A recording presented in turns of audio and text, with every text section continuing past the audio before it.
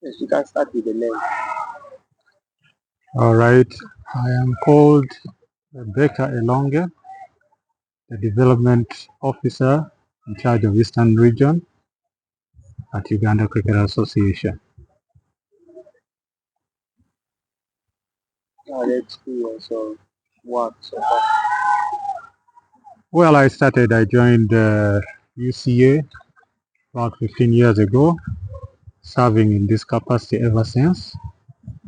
And of course, we have had a long journey with a couple of challenges, but along the way, I think some of them have been brought down. The biggest challenge that I was having as an individual was the workload was a bit too much. The region is very active with quite a number of schools playing this game, and so a one-man army would not be able to have an impact on the ground. So, Mr. Baker, when did you start the issue of cricket? Like, when did you start to involve yourself in cricket? I started playing cricket in high school way back, I think in 1970, around 76. That's when I started playing my cricket at King's College, Budu, and then played on. After O level, I didn't go back to King's College, Budu, so I had a bit of a spell there where I stopped playing after 1979. Cricket was revived in Ginger in 1986, and that is when I came on the bandwagon. We started again from Narambai Primary School. Later on, moved to East Ginger SS Oval, and ever since I played for the local club then called the Ginger Association of Cricket Clubs. I captained it, I think, for about 10 years. And after that, I started umpiring and coaching in some of the, especially GSS, and eventually got this engagement with Uganda Cricket Association. So far, how is your experience so far with the work of the development manager? How have you seen the things move in schools and also in the region? Well, basically, as I said, there's a big challenge because it seems as if, not it seems, but it is, we are walking a very tight line in terms of human resource. We have very few coaches, and like I said, this is a very vibrant area with so many schools that have embraced the sport. So given that, you find that the effect is not that much. And then two, because of still the same challenge of the human resource, we find that a coach is allocated a couple of schools, and that means he has to divide his loyalty and you know, his time, and that trickles down again to not the best performance. So, and on the past years you have been coaching, who are the players you look at and you be proud of, and you say these are the players that went through your hands? Because you know many have passed through your hands. But there are those you feel like you say now these are the products I sit down and I see that yes, as I Mr. Baker, really I'm proud of this and that. Well, I wouldn't say I have too many of those players to talk about, but like you said, players who are in Jack, because by that time we didn't have specialized coaches. I had taken up that voluntary role to coach, and that was the time when we had people like Charles Weisworth, the Arthur Chove, and those basically from around the city here. Those are the ones that I can talk of. Of course, there are others who never also made it to those ranks. They were derailed because of the nature of the game still in the country. It is semi-professional. So many people will opt for a job instead of staying around cricket. So on that, I also wanted to inquire on the history of cricket in Ginger. How many people gave a milestone on Ginger cricket as you who have stayed here for long, you've been always like the people who have been there and also giving a milestone on the game of cricket in Zimbabwe. Well, like I said, when it was revived in 1986, the people who were taking the mantle of leadership then were people like Mr. Ndiko, there was Engineer Nathan Myobo, there is later on along the way came people like Moses Warube, who has been living in the UK but has come back around now, Justin Lijalinji, and of course, may his soul rest in peace, Justin Lijalinji Jr., as we used to call him, the father to Justin Lijalinji.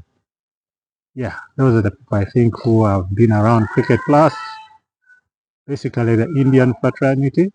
We had people like Keshwala, others who are here have left the country, like the Patels. So basically, those are the people who have been marshalling resources to ensure that the game flows. So on another issue also we inquire what is needed for as Ginger or as the Eastern region to have more vibrant players coming out. What is hindering that progress or what are the things needed for us to have a successful region in cricket? Well, basically, it boils down to the resource envelope.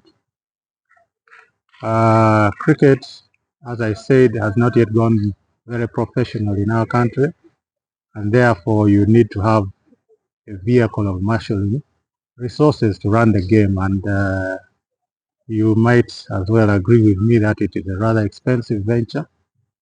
And when you look at Ginger, we don't seem to have well-placed people who have the financial muscle to support the game wholly.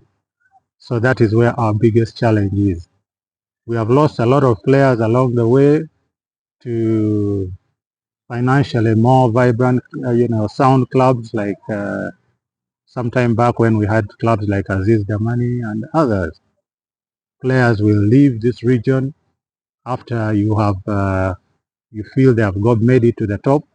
They will eventually move on, and then we have a vacuum, and then we are picking up the pieces again and starting from zero.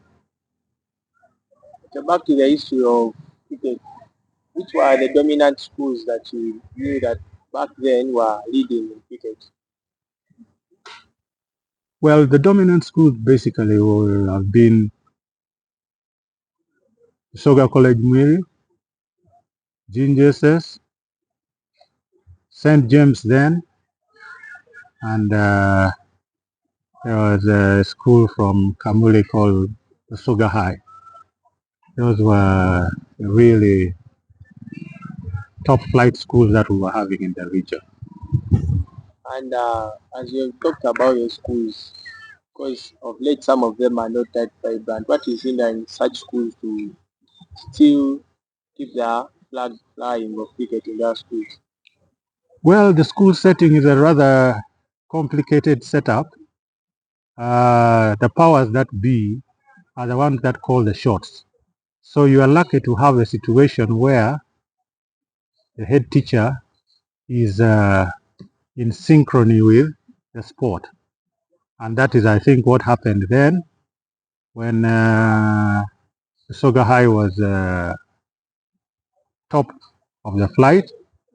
They had a head teacher who would step out of his way and really spend to ensure that cricket flourishes.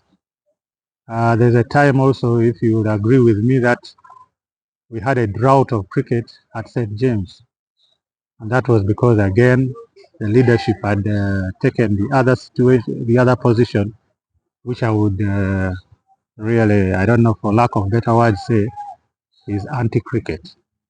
So that is the kind of flow that we have in most of these institutions. You'll have a high and a low, depending on, like I said, the powers that be. So what is needed for us to have such schools back on board and also giving their best? Is there anything we need to do? Is there any advice you have for such Uh, schools? Basically, Like we say in cricket, we can only control the controllable. We really will not prevail on a school and make it do what we would desire. Because even you'll agree with me, just last year we had Lord's Mead on board, and we sank a lot of our meager resources visiting the school, giving them equipment. But somewhere at the beginning of the year, they made a pronouncement that they are no longer going to take part in our activities. And we are really on the back foot. There is little that we can do to force them to take part. All that we can do is to continue marketing the sport and hoping that we can get funders on board to make it more attractive and therefore naturally bring people, woo them to the sport. I think that is the direction we should be looking at. Organize tournaments that will count, that are colorful, that can give even the school a mileage. Because the school might ask itself, we're playing this tournament, what is in it for us? So those are the areas that we need to look at. On that also, um, uh, as we see cricket also being played in all regions, but there are some other regions that are not being vibrant as per now. What is needed for such regions to also be felt in the family of cricket? Because there are many regions that you won't hear that there's cricket being played there. What is needed for us to also hear them, like also taking part in these tournaments? We also have in like school cricket week, the league games. What is the need, and also what is hindering such regions also to be part? Uh, Key in sustaining the game of cricket is the manpower, the human resource. And if you hear of areas where you find this game flourishing, you'll find somehow either by default or something, there is somebody there who has identified with cricket, is passionate about the game, is ready to go the extra mile to ensure that whatever is started grows. For example, if you look at Soroti Cricket Academy, it's against that background. Kere has started in Kumi, the same thing. Bale has nothing because there's no cricketer in Bale who is passionate, who is able to push it. Ginger is thriving because at least I think it boasts of the biggest number of human resource in relation to cricket. So it is easier to sustain it in Ginger. So that is something that really will only come over time. We need to invest. First of all, the simple thing I would think is we need to give ourselves realistic targets. We can't pull it off in 1 year. We need to look at it in phases. Where do we start? How do we move on to develop this kind of human resource? That's what I'm thinking would help our game to grow, particularly in the regions where there seem to be nothing going on. Okay, so as you've said, in Ginger there is more human resource or manpower, and we have such guys also being taken to such regions so that we can at least put some roots in them, train some teachers or some people who are passionate about the game or who are interested in the game so that we can have some people on ground who also push the game of cricket, and we have something of a sort. As you are the development officer, what do you advise on that? Well, you see, certain things you can't, like I said, you can't force it. If there is the will, you'll ask many people to go to certain areas and they are very uncomfortable relocating. They just prefer to be in their comfort zone.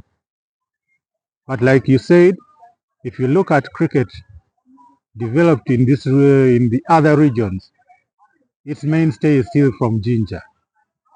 Because you'll go to Gulu and you'll find a lot of Ginger people there who are helping to develop the game. And you go to Soroti, it was the case. Maybe now it has slowed down. I don't know. So it will only take that will, and then the financing. So somebody is not going to relocate to another area and is void of sustainability in that place. So it boils down to the financing again. And who will do this? Those are questions. Okay, we are seeing many hubs coming in. We are seeing many academies coming in. As you are a government officer, what's your goal about it? Are they helping in flourishing the game of cricket, or Well, for everything, there are the pros and cons. So developing the game of cricket, yes. But somewhere, somehow, you'll find some of them are still short of the human resource. So all they're able to do is just to appear to rally with the game, but they don't even have the capacity to impart the skills to the players. So that is the gray area, but it makes work much easier because back in the day, what would happen is you visit an area, try and impart skills, and when you walk out, you walk away with your skills. But now you are in a way comfortable that when you walk away, the crop that remains behind will be nurtured and kept ticking, which is what is important. okay, Mr. Baker, back on also the let us talk about the umpiring, also like the umpiring issue. How long have you taken while umpiring? Uh, I don't precisely, I'm not very good at remembering dates, but I've umpired for over 30 years. Yes, what has been your experience in umpiring? Well, on field, there are a couple of challenges. Sometimes it gets very, very emotional. Players get very, very, uh, tied up or something like that. They feel you are either making decisions, you're favoring one side or that kind of thing.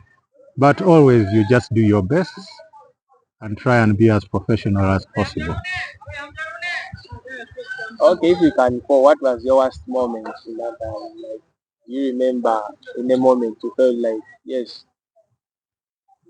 you were taken off, or you remember something that you say, really this on this game or on this such and such a day, I was really letting down the cap of being an umpire.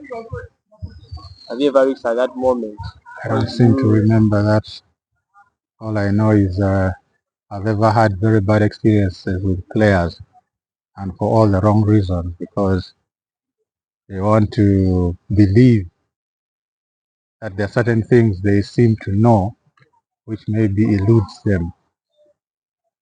So I've ever had very bad comments from some Kenyan. One time when I was doing a Kenya-Uganda game, and sometime I think when I was doing this Kachi Tiger game.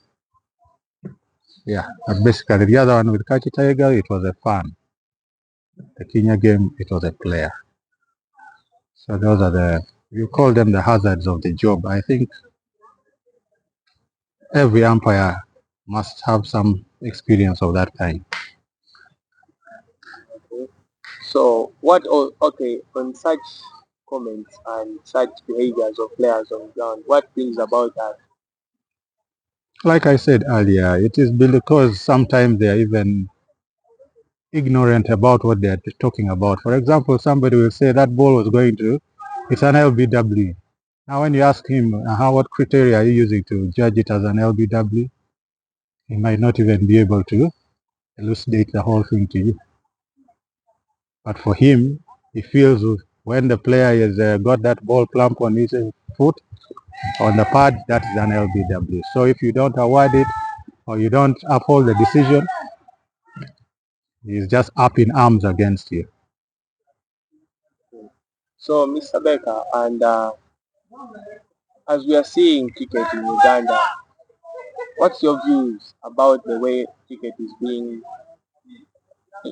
being handled, or how cricket is on the run as of date, as we compare it with back in the days how cricket was? Well, there are a couple of changes. course, in our days, we were walking a very thin line in terms of equipment, in terms of skilled manpower, which is being beefed up now.